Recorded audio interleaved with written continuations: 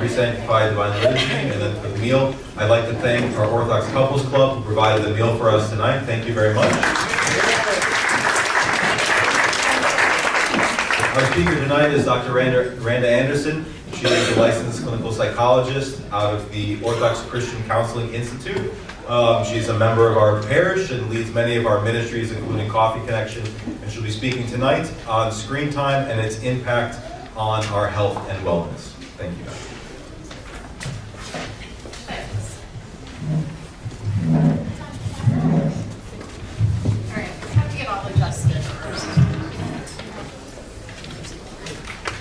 Thank you, Father, for inviting me to speak tonight. I'm really excited to discuss this topic with all of you. But I forewarn you, it had been a 5-hour retreat. But I'm not going to keep you that long. But I did this presentation in 5 hours for a parish in the city, and I tried to prioritize and think about what might interest everyone the most. So I'm pretty sure I have it cut down to just under an hour, and someone nudge me along if I'm getting too verbose, but I do have a lot to cover, and normally when I present I like to be interactive and have a lot of discussion and questions, but because I am trying to cram a lot of information in, I am going to ask everyone to hold questions for the end. Maybe I will cover your question before we get there, and if not, I'm happy to stay after and talk longer with anyone who would like to do that. All right, let's jump right in. Can you hear me? Yep. Okay. All right, to what invention is this quote referring? The new invader of the privacy of the home has brought many a disturbing influence in its wake. Parents have become aware of a puzzling change in the behavior patterns of their children. They are bewildered by a host of new problems and find themselves unprepared, frightened, resentful, helpless. They cannot lock out this intruder because it has gained an invincible hold on their children. What is that? What was television? No. It was not the television, and it was not the telephone. Good? The radio. This is a quote. This is a quote in the American Journal of Psychiatry from Azriel Eisenberg in 1936. Okay. All right, let's go further back. Who said this? This discovery of yours will create forgetfulness in the learner's souls because they will not use their memories. They will be hearers of many things and will have learned nothing. They will appear to be omniscient and will generally know nothing. They will be tiresome company, having the show of wisdom without the reality. Who said that? Anyone know? Let's reach really far back. That is what Socrates said about the written word, right? Because prior to that, everything was communicated orally. People were memorizing the Iliad and the Odyssey. And once we had the written word, they did not have to do that anymore. Now, why did I start with these two quotes? The reason is because I think clearly throughout history, anytime there has been a new technology, maybe we've been a little afraid of it. But the reality is we don't need to be afraid of our technology. We just need to learn how to manage it and control it so it does not control us. All right, let's take a quick look at some statistics regarding tech usage today. 77% of Americans own a smartphone. 33% of American households contain at least 3 smartphones. 90% of households contain at least 1 computer, smartphone, tablet, or streaming media device. And from the Nielsen research in 2017, 45% of children ages 10 to 12 own a cell phone with a service plan. Yes, if that number bothers you, it should, and we will talk about that as we move along here. All right. I have a little exercise for you all. As Father said, I'm a psychologist, and one of the things I love to have my clients do, and I do myself, is journaling. Those are useful not just for tracking thoughts and feelings, but also for tracking behaviors. And so on the table there is blank paper and pens. Feel free to help yourself. This is not a test. No one is going to look at it. This is just for you. But let's think about the fact that Lent is a time of reflection. And so I'm going to ask all of you to do some reflecting.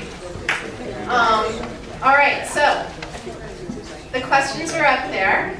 I would like you to take just a minute and jot down how many hours do you think you spend on your cell phones each day?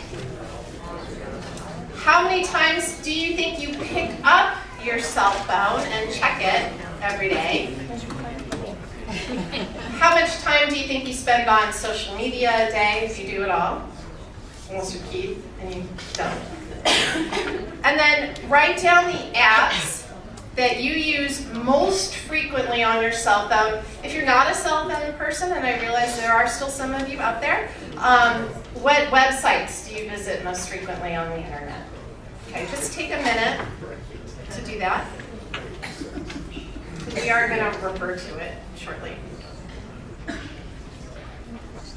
Okay, so how many hours on your cell phone, how many times do you think you check it, how much time on social media, and what apps do you use the most?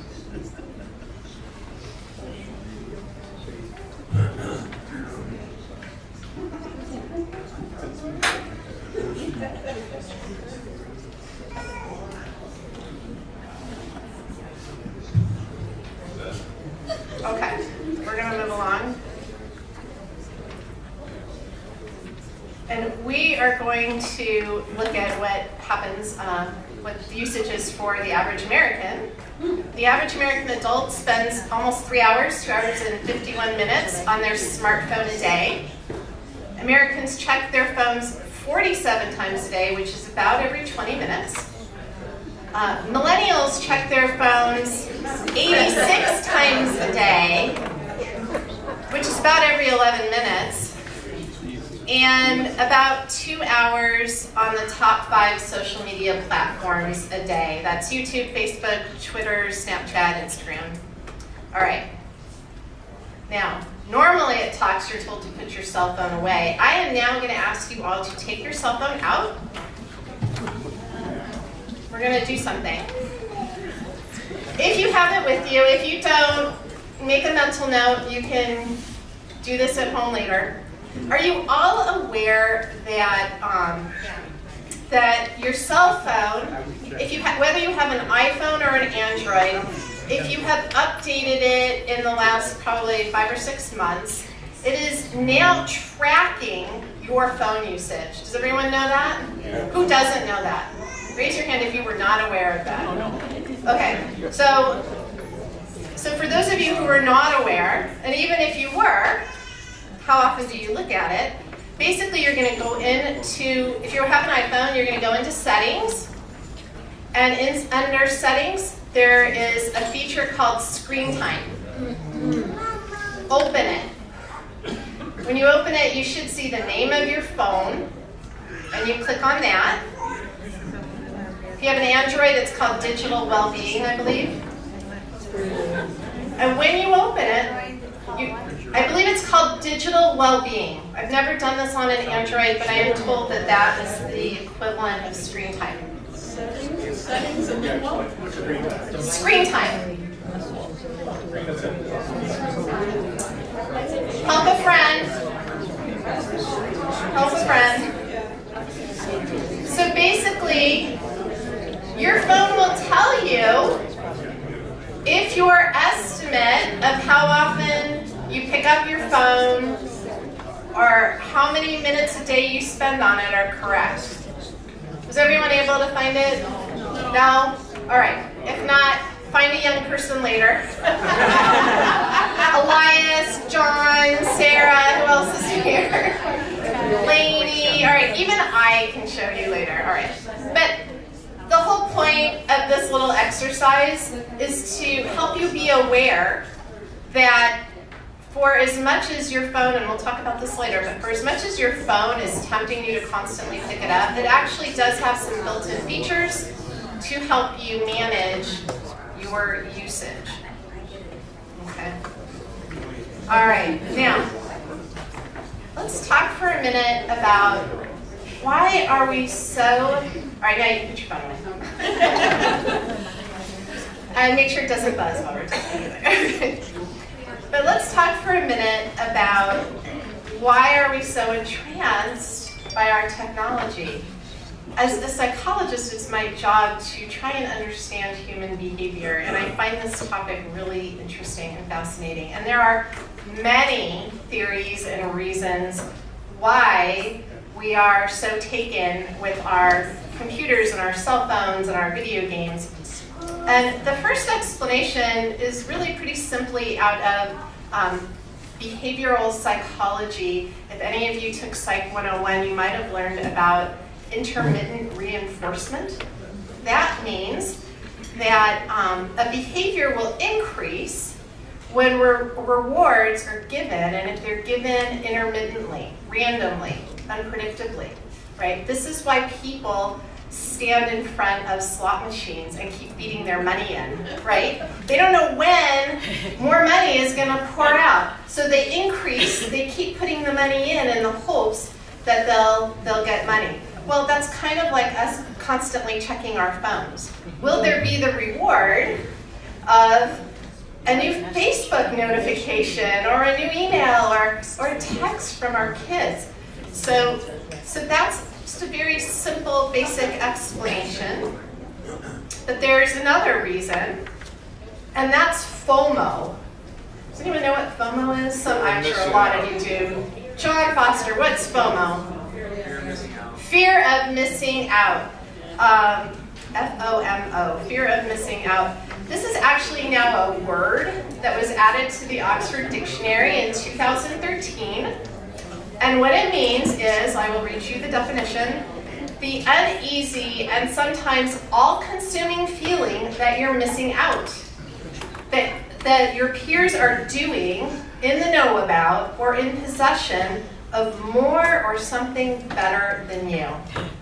Now, FOMO is really the reason that teens in particular cite for their constant checking of their cell phones. All right, but FOMO and behavioral psychology don't fully explain. There's another layer.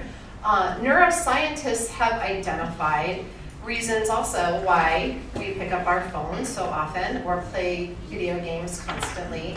And that's what's referred to as the dopamine tickle. And basically what that means is dopamine is a neurotransmitter in the brain that's a feel-good transmitter. And in a very oversimplified nutshell, the more you do something pleasurable, the more likely you're going to have a release of dopamine, and therefore the more likely you're going to want to continue that behavior. Again, overly simplified, but it does help explain that there are things going on in our brains, literally. There's a chemical reaction going on that is also prompting us. All right. But there's another more insidious reason we are so connected to our technology. Oops. Sorry. And that is because the apps and programs we use are intentionally designed to increase usage. Has anyone in here ever heard of persuasive technology? Okay. Persuasive technology is an academic discipline based out of a lab at Stanford University, in which digital machines and apps, including smartphones, social media, and video games, are intentionally designed to modify human thoughts and behaviors. The lab's website boasts machines designed to change humans. Okay? And the founder of the Persuasive Technology Lab, his name is Dr. B.J. Fogg, has researched and developed a model of how to increase machine control over human thinking and behavior, which he then goes and teaches to all of the tech companies. Okay? Now, persuasive design, it's theory, it's the model, leads to what's called brain hacking. This is actually a term referring to the design techniques that are embedded inside products to make you want to use them more, okay? To make them more appealing. You think you're doing all of this on your own, but really, your apps and your programs and your websites are prompting you to do so. Now, I point you to 2 articles on the resource page. There's a research page on everyone's table. And there's, you can look at it later, I just want to point out, there's an article on there called The Tech Industry's War on Kids. And there's a video featuring BJ Fogg himself explaining his technology. And I urge you to go home and look at those. But although I would love to stand here and talk about it, actually, there's a video that we're going to watch with the designers of these apps themselves, who are now speaking out on the work that they themselves have done. So we are going to take a few minutes and watch this video. The phone goes off in your pocket. That's the trigger. You check the phone. That's the action. The question is, what comes up on that phone? Maybe it's good. Maybe it's bad. It's not just about addiction. That just sets up the jack, so it's like nice and sturdy in 2 billion people's brains. Now, once that jack exists, now you have this business model of advertising that says, just pay me, and I'll put thoughts in the most vulnerable minds. Just tell me there's a code. Is Silicon Valley programming apps, or are we programming people?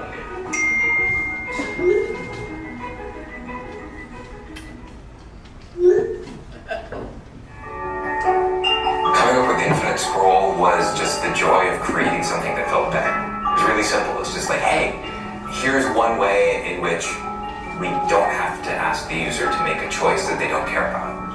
And so the thought was, why don't we just take the content that's on this second page. The user is already scrolling. Scrolling already means show me more. So we just load an extra content and place it beneath, and place it beneath, and place it beneath. And this gave rise to Infinite Scroll. And we started seeing it popping up on other blogs, and then it just started appearing everywhere. And I was so enamored of this idea that I went around and talked to Google, talked all over the valley, being like, guys, this is a better interface for users, not realizing that by removing the stopping cue from the human, just like when you have a soup bowl and you slowly feed in more soup, people eat way more food. It contributes to obesity. That this is going to directly contribute hundreds of millions of hours of wasted time to the obesity of our minds. You know, our team joined Google in late 2011, early 2012, and I became a product manager around sort of future-looking assistant and Google inbox email type applications.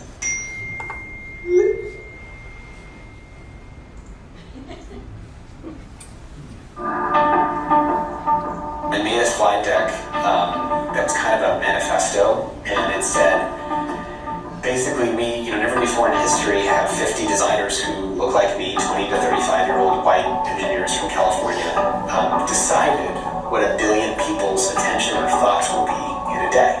And that we have this enormous responsibility in how we're shaping and influencing people's minds. I designed it in a very high-impact way, and I sent it to 10 people for feedback. I went to work the next morning when I got on the Google bus and I turned around, there were several different laptops that had it open on their screen. And so I really knew that it created, a brief but important cultural moment.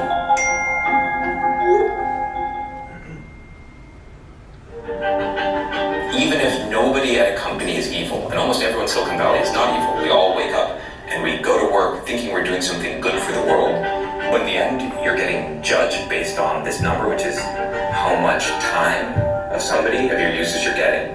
That's what your life, your promotions, your salary depends on. That's what you're going to optimize. I think that it wasn't through some kind of conscious process, but the engagement-based model is just so efficient at generating large amounts of revenue. And the promise of revenue. Most people forget most of these apps didn't have any advertising, and you just assume that you're going to bake it in later.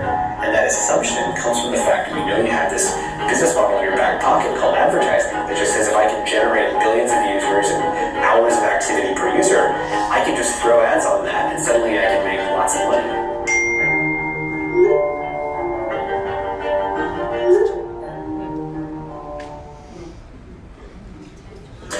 We used to have something called boredom. Boredom, for lack of a better word, is good.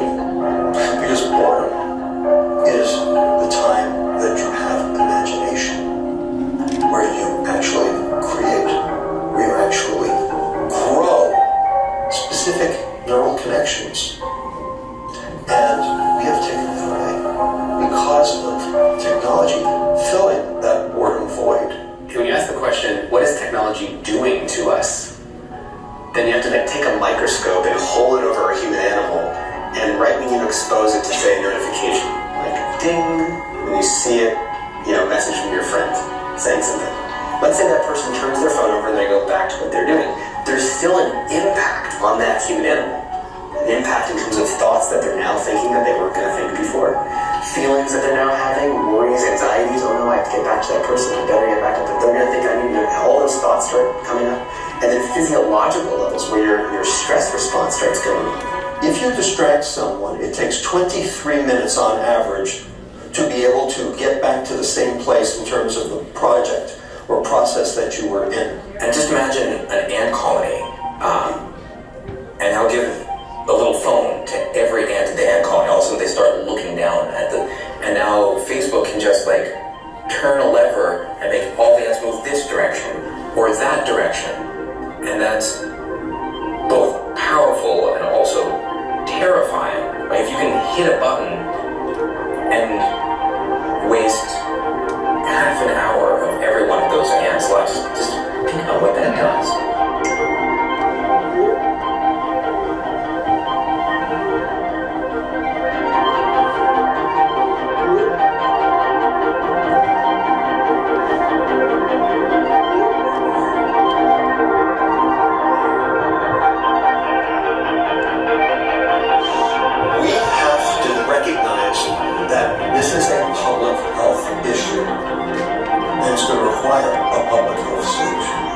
Biggest and most significant change that happened when Google announced the well-being initiative is they're basically saying it's our responsibility as the people who make the product to design it in a different way that's more humane and that puts users' interests first.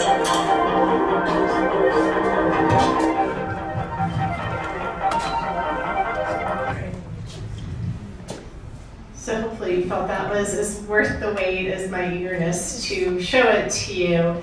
I think their point that this is a public health issue is one that is key because there are so many forces, especially if you're parents trying to help your kids navigate all of this. There are cultural forces that are going to have to change en masse because it's really hard to be the only parent in the room who is saying no to their kid having a phone. So I am of the opinion that just like we had the Just Say No campaign in the 80s against drugs and so many people got behind it, I think we're going to need something similar regarding our tech obsession. All right, so let's talk a bit about what the impact of all this technology is on our health and wellness. And I think one way to think about it is consider your consumption of technology as either like you're consuming digital candy or digital vegetables, right? Think about it. Vegetables are good for you, right? They give you strength, you get vitamins and minerals, and they're not too fattening, they're good for you. Candy, it's okay, you can have a little, but you can't eat a ton of it, you're going to get sick, right? It's going to impact your health. And I think for the parents or grandparents in the room, this is a really good analogy to use with your kids because even though they may fight you on the idea that they can't have too much candy, they know, they understand that it's not good for them. All right, so if you just take a second and look at the list you made of the different apps you use most frequently, you don't have to make these notes now, but I would encourage you to go home and make a note of which ones would be considered digital candy and which would be digital vegetables, right? So digital candy might be Facebook if you're on it too much, or surfing the web mindlessly, spending hours on YouTube. You know, YouTube's not bad in and of itself. It's useful, right? You can learn things from it, but spend too much time on it and it becomes candy. And I think productivity apps are a good example of digital vegetables. All right, so let's talk specifically. I made a long list of the ways in which we can be impacted by too much digital candy. And here is where I was saying this had been a 5-hour retreat, and I was able to go into depth on some of these topics, but I'm going to skim through them, so bear with me, we're going to talk fast. But these are things for you to think about, and there are references, again, on the resource page for you to read later. But we know that there are some physical impacts of too much technology, digital candy, including sleep disruption. Most medical professionals recommend that you stop looking at screens a half hour to an hour before bedtime in order to avoid sleep disruption. How many of us do that? Probably not most of us. There's tech neck. Have you heard of this? It's from all of this looking down. We're having neck problems now. One of the Google speakers talked about an increase in stress, right? All these interruptions cause stress because you're trying to prioritize your task in front of you and you get a bing, a notification, and you feel the stress to deal with that instead, and it's difficult. Weaker social relationships. We're staring at our screens instead of talking to one another. As you see in the picture there, people tweet instead of listening to birds tweet. There's increase in depression and loneliness due to social comparisons often, social rejection, tons of research on that. We have a diminishing capacity for attention. Research is supporting a link between screen use and ADHD in children, but I think it's impacting adults as well. Less time spent reflecting, right? We're constantly skimming, right? That idea of infinite scroll, because the screen never stops, we just keep going. And how often do we stop and really read and reflect and try and remember what we're studying? Certainly there's a loss of privacy. And this is especially true if you've invited Alexa into your home. But even if you haven't, Google reads your email, you know that, right? That's how they know what to advertise to you. And don't ever make the mistake of leaving your Facebook open while you're shopping on Amazon, because before you know it, there will be ads for exactly what you were shopping on Amazon for in your Facebook. So, that's a loss of privacy. Texting while driving, huge problem now, right? The National Safety Council reports that cell phone use while driving leads to 1.6 million crashes a year. Okay, that was not a problem 20 years ago. Legal troubles are also an issue. And by that I mean if someone is sexting, and I'm sorry to report to you that 1 in 4 teens say they have done this, that can result in your kid being found guilty of trafficking in child pornography, which in some states is a felony. Big problem. Addictions is also. Research is now classifying tech overuse as a behavioral addiction, much like gambling. Okay, we're going to switch gears a little bit, and we're going to talk about technology and kids. I know we have a diverse audience here tonight, some parents, some grandparents, but certainly, and some kids. Certainly, I think all of us have kids in our lives, and so I think it's important for all of us to understand the impact. All right, so what we know about kids and ownership is that 89% have their own smartphone. 45% of teens say they are online constantly throughout the day. 45% of children aged 10 to 12 own a cell phone with a service plan. And usage rates are getting younger and younger. This is called the iPotty. It used to be available, it was available on Amazon when I put this slide together in October for that retreat. It is now sold out. Okay?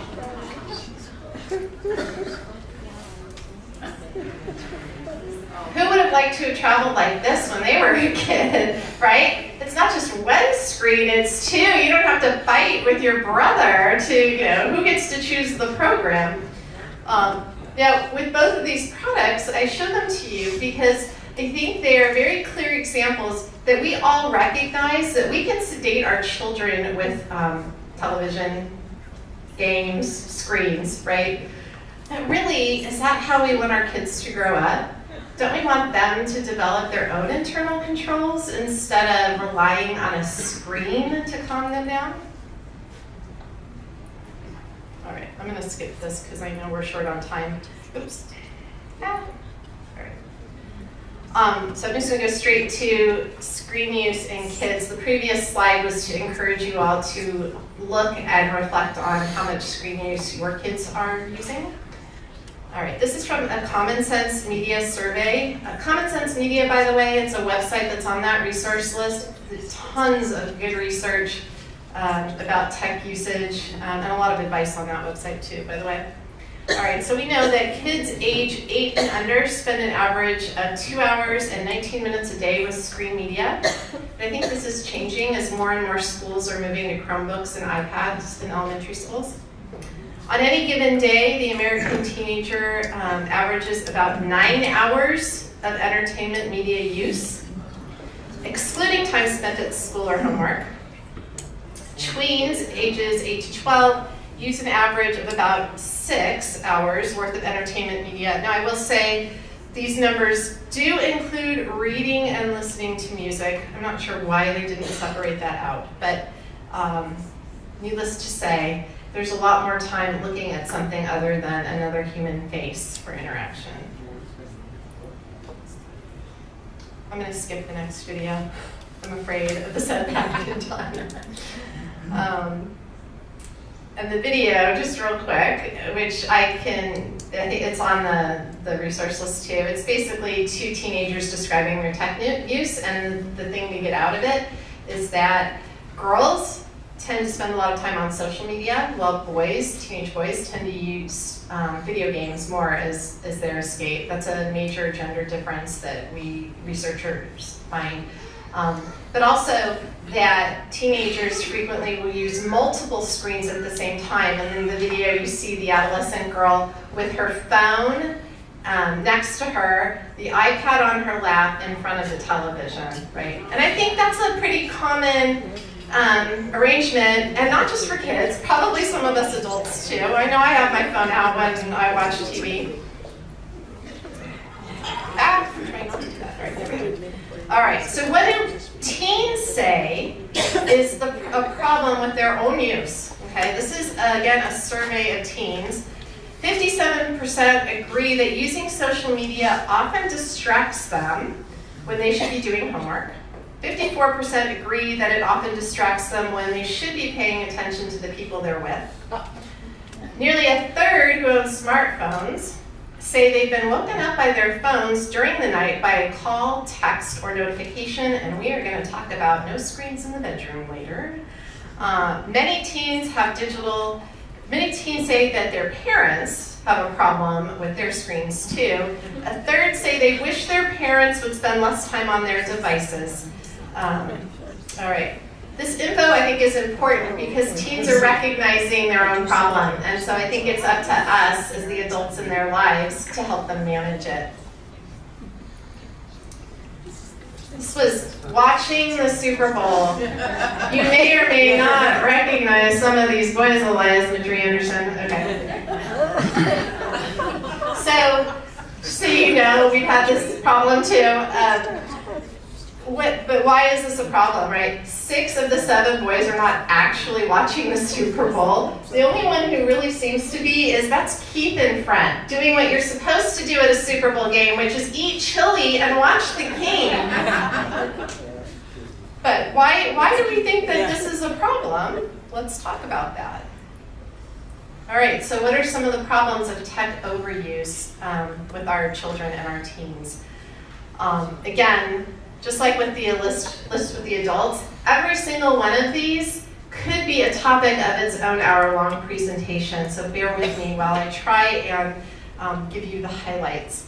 All right, we know that overuse of technology has an impact on social skills. Have you guys noticed that kids don't really know how to make a phone call anymore? Yeah. They don't have that basic skill of pick up the phone, speak politely to the adult on the other line, unless you have intentionally taught them to do that. Everyone's texting, right? And that's just one of many social skills that are impacted by always being on your phone. There is research that links ADHD and learning problems to tech overuse. And isn't that interesting then? We give kids computers in schools, and we think we're being progressive in that, and they are useful at some level. But I hear parents talking about their 6th graders spending most of the day on their Chromebook. I would love to hear from a teacher about that. Let's talk about porn exposure, all right?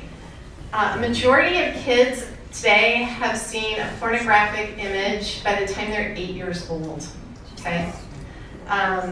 This is pretty serious stuff. Typically, it's accidental, right? And if they haven't seen a hardcore pornographic image, if they are on Snapchat, I promise you they are seeing titillating images all the time, every day, because Snapchat has a feature that when a kid posts their story, right below it is like a section of what looks like a lot of magazine covers. I can't remember what it's called, Daily News or something. And each of those, what look like magazine covers, sometimes they have innocent things, but frequently they do not. Most often, they are images of women with large bosoms, scantily clad. Sexting, I already talked about that, is a problem. Low self-esteem and depression often comes from social media overuse. This is because kids will compare themselves to others. There will be an issue of envy often.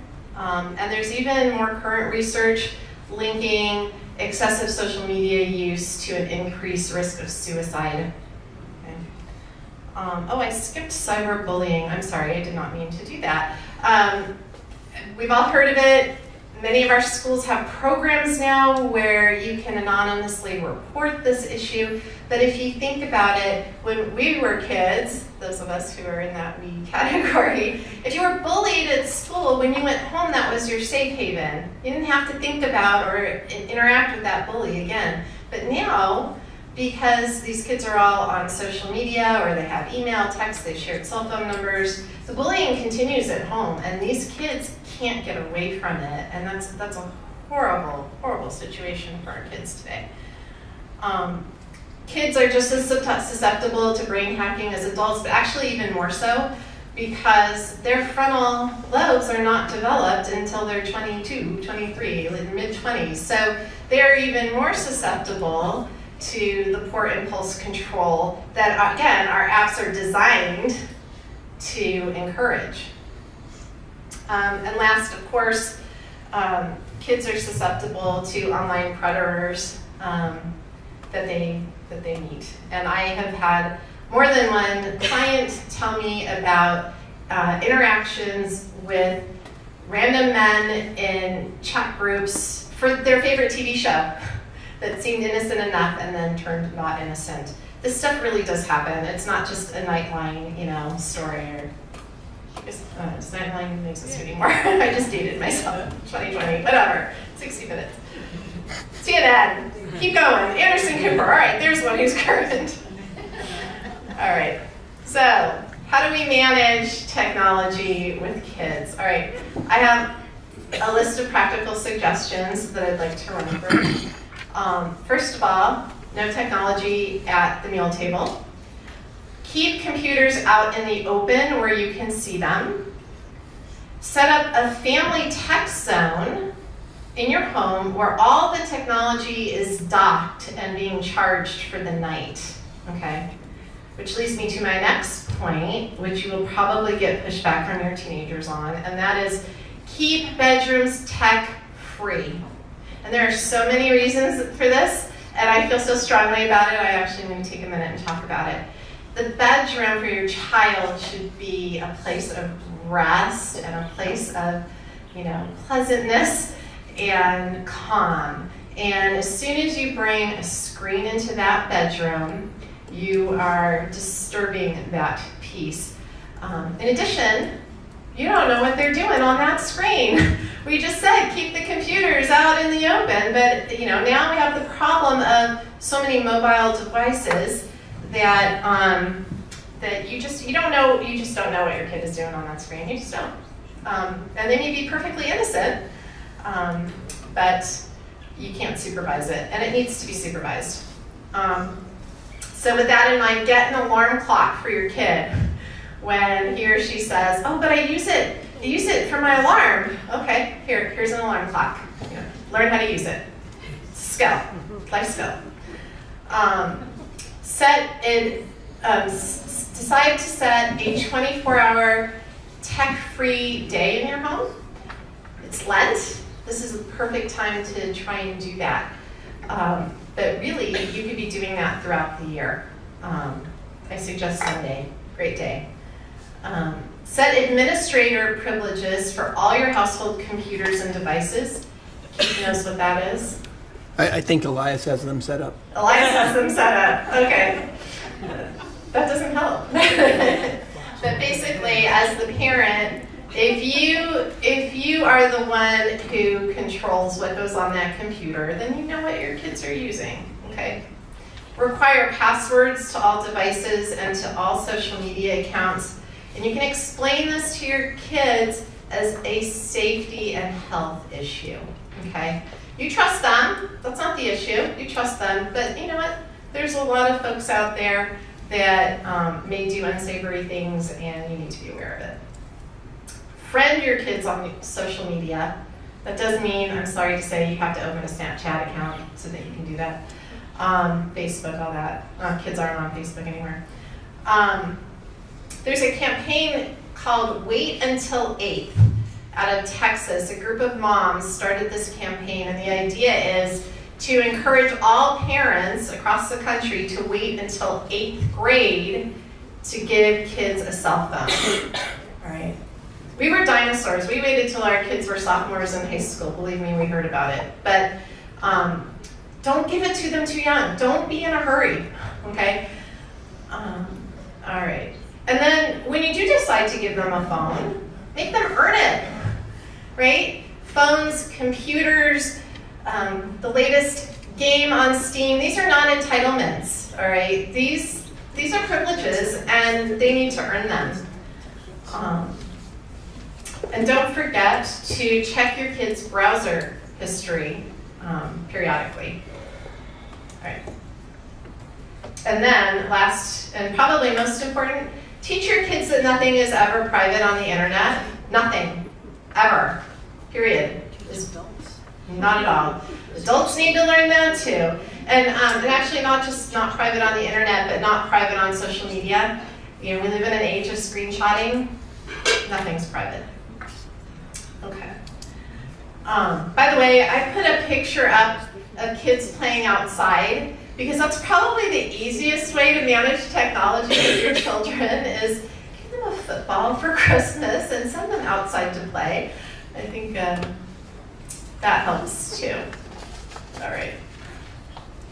Again, because I feel so strongly about this, remember, if there is any digital device in your child's bedroom, and they are likely not alone in that bedroom, do you know who they are with? Okay. Do you remember that slogan in the 70s? It's 9 o'clock. Do you know where your children are? Well, now it's 9 o'clock. Do you know who your kids are online with? I think we need to know. Okay. All right, I'm going to switch gears a little bit and ask, what would the church fathers and mothers say about our overuse of technology today? They would call it a passion, all right, which is essentially like an addiction. And I think the concept can also be applied to overuse. Passion is defined as a habit of the soul that compulsively drives sinful behaviors. Passions are not something we're born with, but rather they develop over time because of our tendency to sin. How do we defeat a passion or really deal with any problem? Through prayer, fasting, and almsgiving. And I'm going to talk specifically about fasting. Okay. Why do we fast? We fast to decrease our dependence on earthly things and to increase our dependence on God. St. John Chrysostom said, when we do without food, we are reminded that the only true and lasting source of joy is spiritual. Now, Dr. Jean-Claude Larcher is a French Orthodox scholar of patristic writings, and he has been a major advocate for the concept of digital fasting, which we're going to talk about. And he writes that one of the fasting rules is to accustom the mind to controlling the bodily and psychic impulses, to reorient and refocus the psychophysiological forces toward the spiritual life, to establish a state of hunger and desire, causing a person to sense their dependence on God, on their need for Him, and to establish in the soul a peaceful state disposed to penitence and promoting attention and concentration in prayer. Okay, I want to emphasize that first point.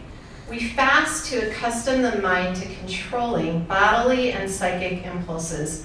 This is why it's so important to teach your kids to fast the prescribed fasts of the church from a young age, because you get them fasting regularly and they will have better control of some of these other impulses as they grow older. Dr. Larcher, like I said, has called for all Orthodox churches to introduce an explicit abstinence from the internet and social media during regular periods of fasting. Here's what he says about why we should do a digital fast. The abuse of new media, which has become common, produces effects contrary to those sought by fasting and abstinence. So our use of tech causes the vain exhaustion of energy, incessant internal movement and noise, and invasive occupation of time, the impossibility of establishing or maintaining inner peace, and the destruction of the attention and concentration necessary for vigilance and prayer. These are strong words. Larcher is basically saying that our use of tech, or our overuse at least, is working against our efforts at fasting. I know I personally have experienced that. Okay. He says further, the church must take into account these new circumstances created by our time and must establish appropriate rules accompanying those of fasting from food and sexual abstinence so as to help modern man and woman through regular voluntary limitation to free himself from the new addictions that bind him, and so as to give him the means to lead in full the spiritual life befitting his nature and serving as the condition for his true personal development. So these are words of an Orthodox scholar, but I think most psychologists and medical professionals, probably many teachers, and I know a lot of parents, would agree that we need to be considering a fast of our technology. All right. So these are some proposed digital fasting guidelines. Some of these are Larcher's, some of these are mine. The first point is mine, and that is, this is in addition to the prescribed church food fast, not instead of. And that is because we don't want to fall in the trap of giving something up for Lent, right? Because that's not how we fast as Orthodox Christians. We fast as a community according to the church rules. So again, this is in addition to. And another point I want to make is that you should begin by evaluating your screen usage first. And I've told you all how to do it, so you know how. So look at how much you're actually using your screens and set a goal for decreasing. Larche says then abstain or at least reduce entertainment websites, apps, and television. Limit internet app use to strictly work and studies. It's a little redundant. Orthodox sites providing religious reading are okay, but better to read books and printed text. And that's for the reason I said earlier. You're more likely to, there's studies of this that say reading text in print, you will remember it better and learn it more solidly in text than on computer screen. All right. Those of you who know me know I love practical advice. So I thought I'd share with you some ideas on how to actually reduce your tech usage, keeping in mind all those triggers we've learned about that are intentionally programmed into our apps. So the good news is we can control them, all right? So first of all, turn off notifications on your phone. Does everybody know how to do that? Ask a teenager. You really don't have to have your phone blinking at you all day long with the latest traffic alert or weather alert or news report or anything. Turn them off. Use Do Not Disturb.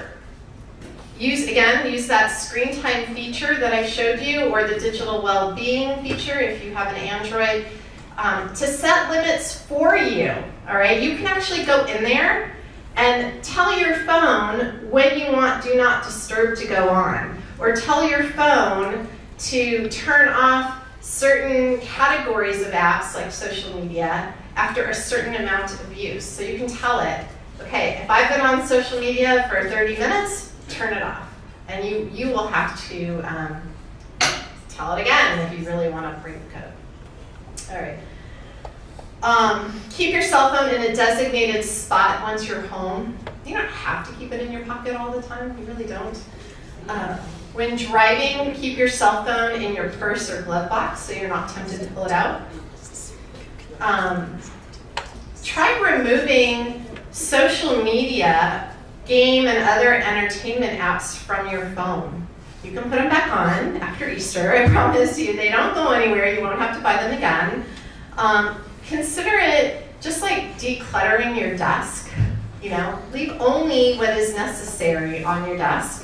Leave only what's really necessary on your phone. If you really don't want to do that, just take those social media apps and move them to the last page so they're not on your home screen, and only leave what's actually productive on your home screen. If you're worried about your parents or your kids, you can put them on emergency bypass. Again, I'm talking about iPhone. I'm assuming Android has something similar. Does everyone know what that is? Okay, so you go into your contacts and you can choose certain individuals that you will get alerts from even if you're on Do Not Disturb or you've turned alerts off. I would suggest that we stop taking, I say we because I do it too, stop taking unnecessary pictures because then you're less likely to post them on social media. Okay. And then last, here is a useful app.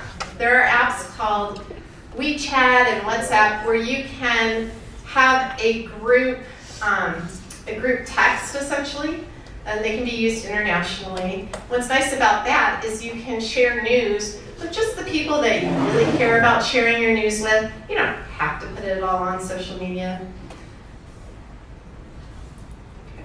All right. I'm right at an hour, and I'm almost done. Okay. All right, I think I said at the beginning that I would also talk about digital vegetables. And I think that it's important to recognize that there is a lot of our technology that is useful. So I'm not telling you to get rid of your digital vegetables, and those are things that increase our productivity, right? I could not have done this talk without my computer and 2 screens.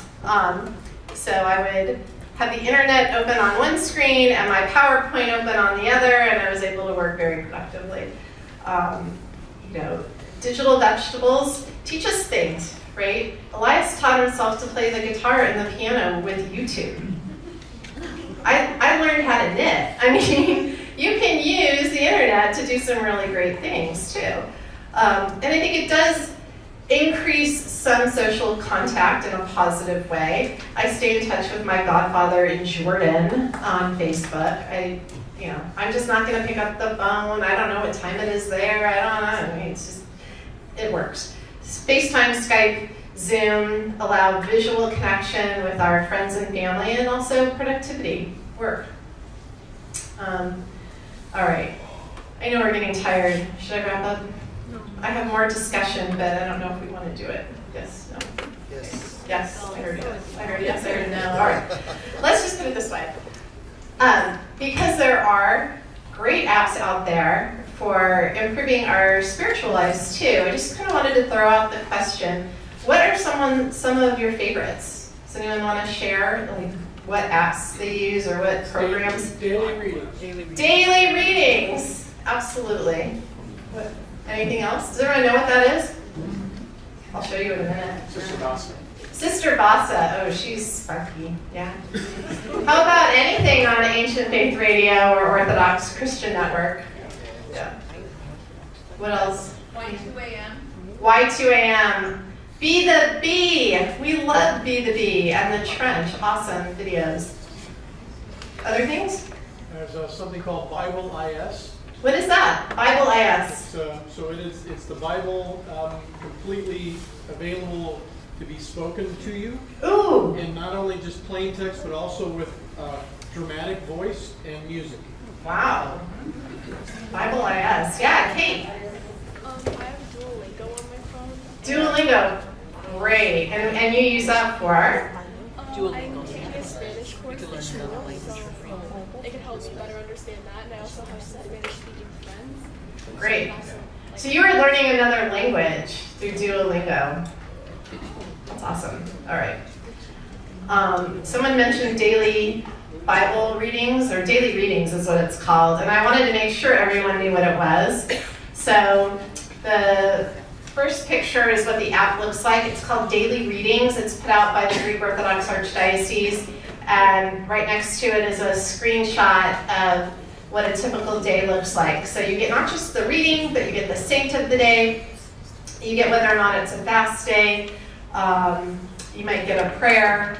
Very useful. And I learned recently, I just told you to turn all your alerts off. This is one app I would say put your alert on. You can go in there and set a time of day you want to be reminded to read your Bible. And it will pop up. For me, it's 8 a.m. every morning. It pops up and tells me time to do your daily reading. So, it's good. All right. All right. I'm not going to take the time now to have you do this, but I would encourage you to, when you go home tonight, write down some key points that you want to be sure to implement for yourself and for your family before you forget. And then think about what are some obstacles to making those changes and how can you overcome them, right? Because I think a lot of times we have these great ideas to make these great changes, and if we don't actually write them down and kind of make ourselves accountable, it's easy to forget. This is just another nice Wednesday night lecture, and next Wednesday you'll be on something else, right? But no, we're here to support each other and make these changes. And it helps if you can anticipate things that might make it hard and account for those. And then last, I would say, to consider what are some healthy habits that you want to replace unhealthy tech usage with. Did I say that right? Okay. So whenever you want to make a change, a bad habit, you have to replace it with a healthy one, right? So think about that as well. All right. I'm going to leave you with 2 quotes for the evening. This one is from Albert Schweitzer, who said, if If you own something you cannot give away, then you don't own it, it owns you. And this is one of my favorite quotes from St. Paul's letter to the Corinthians. All things are lawful for me, but not all things are helpful. All things are lawful for me, but I will not be brought under the power of any. And I encourage us all not to be brought under the power of our technology. All right. That is what I have for you this evening.